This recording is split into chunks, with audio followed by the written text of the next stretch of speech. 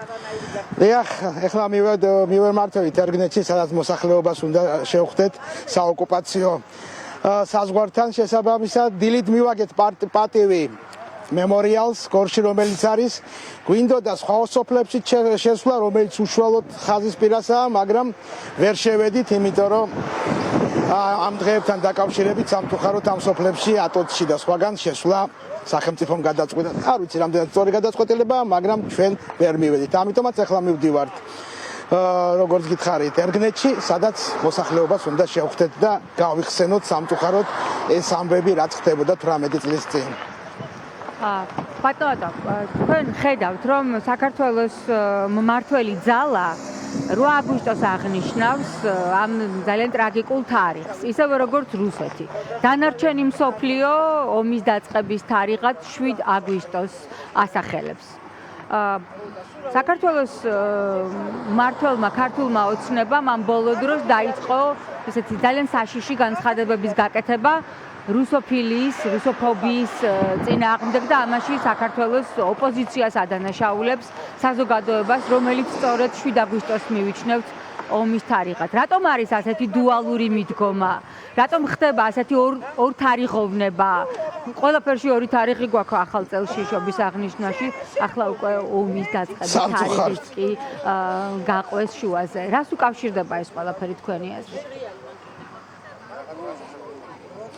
ის რომ რუსოფილები ყავს მთავრობაში და მე უშუალო მონაწილე ვარ ამ ყველა ამ მთელი ჩვენი უბედურობის ამ ომის დაწყების და ძალიან კარგად მახსოვს როდის დაიწყო ომი, ძალიან კარგად მახსოვს, მაგრამ ჩვენი რუსოფილი ჩვენი მტრების მოყვარული მთავრობა რა თქმა უნდა აკეთებს ისე როგორც რუსეთს უხარია და მეტი არაფერი, სხვა აქ არაფერი მიზეზი არ არის. ჩემ და სამწუხაროდ რა თქმა უნდა. რატომ არის თქვენთვის სწორედ 7 აგვისტო ომის დაწყების თარიღი? თქვენ ბრძანეთ რომ ყველაფერი კარგად გახსოვთ, სად იყავით მაგ დროს და საერთოდ მედიცინაში თქვენ ჩემზე უკეთ მოგეხსენება, ცნობილია რომ ყველაზე შოკის მომგვრელი ფაქტები ადამიანის მეხსიერებაში ისერჩება, რომ მას ზუსტად ახსოვს სად და როდის გაიგო ის მოვლენა. თქვენ როგორ იხსენებთ 2008 წლის 7 აგვისტოს და მანამდე მიმდინარე მოვლენებს საქართველოში?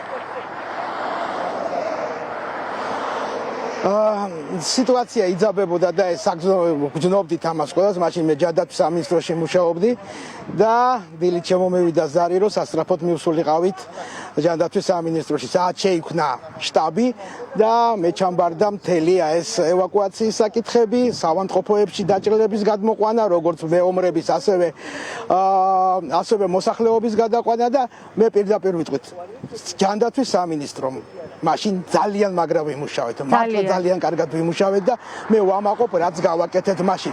აი, რეალურად თუ ადამიანი მოდიოდა უკვე წინა ხაზიდან ან დაბომბვის ადგილებიდან ცოცხალი პრაქტიკულად ჩვენ ყველა გადავარჩინეთ.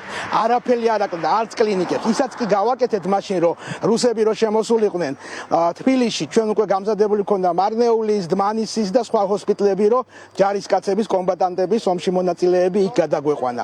ამიტომ რეალურად იყო ძალიან კარგი სამუშაო, ძლიერი სამუშაო ჩატარებული და მართლა ძალიან ბევრი ადამიანი გადავარჩინეთ აი ამ ჩვენი კარგი მუშაობით. პირველი დაჭრილები როდის შემოვიდა ბატონო?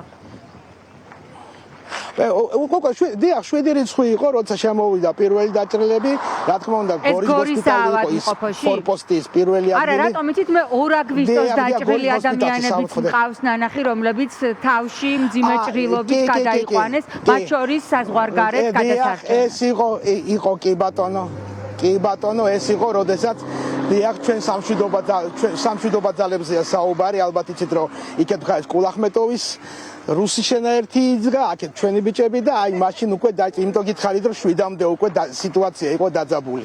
მართალი ბრძანდებით სიტუაცია დაძაბული იყო და მაშინ ჩვენი ბლოკპოსტები იყო დაბომბილი რუსი ეგრეთ წოდებული ვითომდა სამშვიდობო ჯარების მიერ. კი ბატონო. და არა ოსური შენაერთების. კი ბატონო.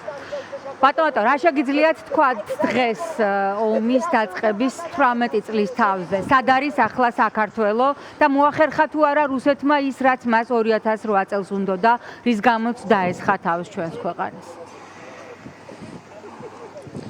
ვერ მოახერხა, იმიტომ რომ თბილისში ვერ შემოვიდა, მაგრამ ჩვენ დიდი ტრაგედია უკვე 2012-ში დაგვემართა, როდესაც აეს ხელისუფლება. ესენი არიან რუსოფილები. ეს არიან რუსის ბრძანების შემსრულებელი მთავრობა, რომელიც გთხოვს თურმე რომ ბოდიში უნდა მოუხადოთ, ვის უნდა მოუხადოთ ბოდიში?